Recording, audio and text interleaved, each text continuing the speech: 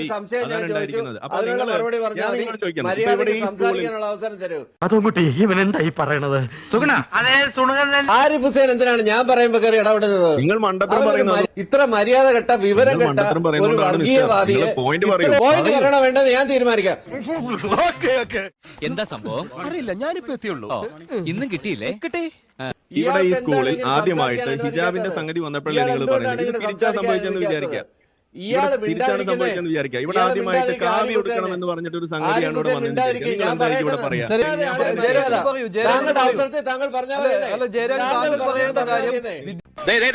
ഗ്രഹണി ആസ്മയൊക്കെ ഉള്ള പിള്ളേര് പതിവായിരിക്കുന്നതിലും 10 അടി തള്ളിയിരുന്നോണം. പൊട്ടിപ്പാറുന്ന അടിയാ നടക്കാൻ. നമ്മൾ നിരന്തരം പറഞ്ഞുകൊണ്ടേയിരിക്കണം ഇവിടുത്തെ മുസ്ലിങ്ങൾക്കെതിരെയുള്ള ഒരു ശത്രുത അത് ഇവിടുത്തെ RSS ഹിന്ദുത്വ ഭീകരവാദികൾക്കുണ്ട്. അവരിങ്ങനെ നമ്മളെ കൊല്ലാൻ വേണ്ടി വരികയാണ്. ഇതിങ്ങനെ പറഞ്ഞ് അവരെ തലയിലേക്ക് ഇഞ്ചക്ട് ചെയ്ത് കൊടുത്തുകൊണ്ടേ ഇരിക്കണം എന്ന് നിങ്ങളുടെ ഈ ഡോക്യുമെന്റിൽ എഴുതിയിട്ടുണ്ട്. അത് ഒരു തവണയെങ്കിലും പോയി വായിക്കും മിസ്റ്റർ സനു. അതിനിപ്പോ എന്താ ആലോചിക്കാനിരിക്കണേ? അതിനാർക്കാ അവിടെ അഭിപ്രായ? ആരിഫ്, എനിക്കിപ്പോൾ തോന്നിയത് SDP ആണ് അവിടെ ഈ പ്രശ്നം വഷളാക്കിയത് എന്നാണ്. ആരിഫ്, ഞാൻ ഇതൊക്കെ വളരെ കഷ്ടപ്പെട്ട് കണ്ടുപിടിച്ചതാ. എല്ലാവരും ഇനിയെങ്കിലും എന്നെ അഭിനന്ദിക്കേ. SDP ആണ് ഈ പ്രശ്നത്തിന് തുടക്കമിട്ടത്. SDP തന്നെയാണ് ഇത് വഷളാക്കിയത്. SDP-യോടുള്ള പേടിയാണ് ഇന്നത്തെ നിലവിലെ ഗവൺമെന്റിന് ഇതിനകത്തൊരു തീരുമാനം പോലും എടുക്കാൻ പോലും അവസരം കൊടുക്കാത്തത്. അതിപ്പോ ശരിയാക്കി തരാം. ഇനി ഒരു കാര്യം കൂടി, ഞാൻ കൈ പൊക്കിയത് വേറൊരു കാര്യം കൂടി പറയാൻ വേണ്ടി എന്റെ പൊന്ന സനബ് ഞാൻ പറയട്ടെ, അത് എന്റെ സമയമാണ്, ഒന്നും മിണ്ടാണ്ടിരിക്കും. ഓക്കെ, നീ വളച്ചു കെട്ടൊന്നും വേണ്ട, കാര്യം മനസ്സിലായി. ഇതിൽ പറയാനുള്ളത് അതത്രേ ഉള്ളൂ. അതായത് ഇവിടെ ഇദ്ദേഹം പറയുന്നത് അവരിങ്ങനെ ആ കുട്ടിയുടെ പാരന്റ്സ് ഇങ്ങനെ വിളിച്ചപ്പോൾ ഞങ്ങൾ ഓടിച്ചെന്നു. ഇവിടെ എന്താ പോലീസ് സ്റ്റേഷൻ ഒന്നുമില്ലേ? നിങ്ങൾക്കൊരു പ്രശ്നം ഉണ്ടെങ്കിൽ ഇവിടെ വിളിക്കാനും പറയാനും ഇവിടെ നിയമങ്ങൾ കൈകാര്യം ചെയ്യാനും ഇവിടെ ഒരു പോലീസ് സംവിധാനം ഉണ്ടല്ലോ, അവരല്ലേ വിളിക്കേണ്ടത്. ഇപ്പൊ നമുക്ക് അങ്ങനെ ഒരു പ്രശ്നം ഉണ്ടെങ്കിൽ നമ്മൾ അതല്ലേ ചെയ്യല്. അതിന് പകരം ഇത് ഈ പറയുന്ന നിയമപാലനം ഇത്തരം കാര്യങ്ങളൊക്കെ മേൽനോട്ടം വഹിക്കേണ്ട ഒരു ബാധ്യത അല്ലെങ്കിൽ അങ്ങനെ ഒരു ചുമതല അതെപ്പോഴാ SDP-ക്ക് മാത്രമായിട്ട്? ഇത് മുന്നേ നമ്മൾ കണ്ടു, ഇവിടെ ഒരു ചർച്ച നടന്നതാണ്.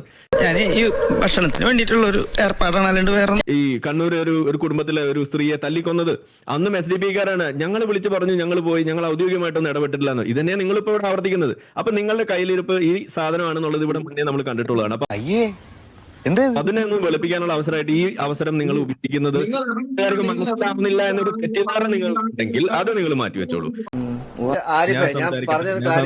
നിങ്ങൾക്ക് സംസാരിക്കാം.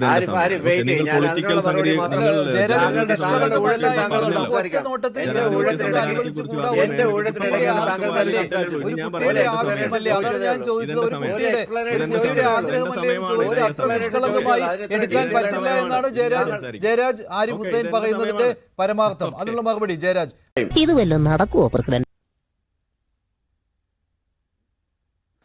ഞാൻ പറയട്ടെ, ഇതേ കണക്കോലെ ഈ ആഗോള ഇതിന്റെ ഭാഗമാണ്, റാഡിക്കൽ ഇസ്ലാമിന്റെ ഭാഗമാണെന്ന് കുറെ നേരം കൊണ്ട് പ്രൊപ്പഗേറ്റ് ചെയ്യുന്നുണ്ട്. ഞാൻ കുറെ വർഷങ്ങൾ, ഏതാണ്ട് 10 വർഷത്തോളം ഞാൻ UAE വർക്ക് ചെയ്ത ഒരാളാണ്. ഓൾമോസ്റ്റ് GCC കൺട്രീസിൽ എല്ലാ സ്ഥലത്തും ഞാൻ പോയിട്ടുണ്ട്. ഞാൻ എല്ലാ സ്ഥലങ്ങളിലും പോയിട്ടുണ്ട്. അത് ശരിയാ, അത് ശരിയാ. മലേഷ്യയിൽ ജോലി ചെയ്തിട്ടുണ്ട്. മലേഷ്യയിൽ ഓൾമോസ്റ്റ് 90% താങ്കൾ ഞാൻ പറയാൻ അനുവദിക്കും. എങ്കിൽ താങ്കൾ ഇവിടെ സംസാരിക്കുന്നത് താങ്കൾ പറഞ്ഞാൽ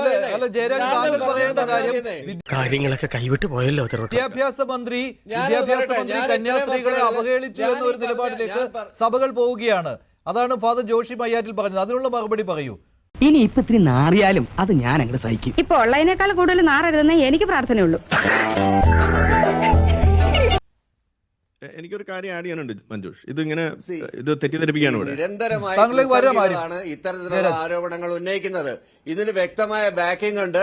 ഇത് ക്രിസംഗികളാണ് ഇത്തരം വിഷയങ്ങൾ മനഃപൂർവ്വം കുത്തിപ്പൊക്കുന്നത്. സമുദായത്തിൽ ജാതി സ്പർദ്ധ ഉണ്ടാക്കാൻ ശ്രമിക്കുന്നത് ക്രിസംഗികളാണ്. ഇത് ഇന്നലെ തുടങ്ങിയതല്ല, കാസയുടെ രൂപത്തിൽ തുടങ്ങിയതാണ്. മറ്റു പല സംഘടനകളുടെ പേരിലും ഇത് തുടങ്ങിയതാണ്.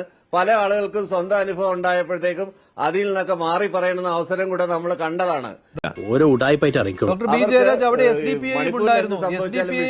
എന്തുകൊണ്ട് SDPIയുടെ പേര് പറയുന്നില്ല? താങ്കൾ എന്തുകൊണ്ട് SDPIയുടെ പേര് പറയുന്നില്ല ജയരാജ്? SDPIയുടെ പേര് വിട്ടുപോകുന്നു. SDPI എല്ലാ തരത്തിലുള്ള മതമൗലികവാദികളോടും ഇടതുപക്ഷത്തിന് ഒരേ സമീപനം തന്നെയാണ്. അത് ഞാൻ പറയാനുള്ളത് പറയും. PFI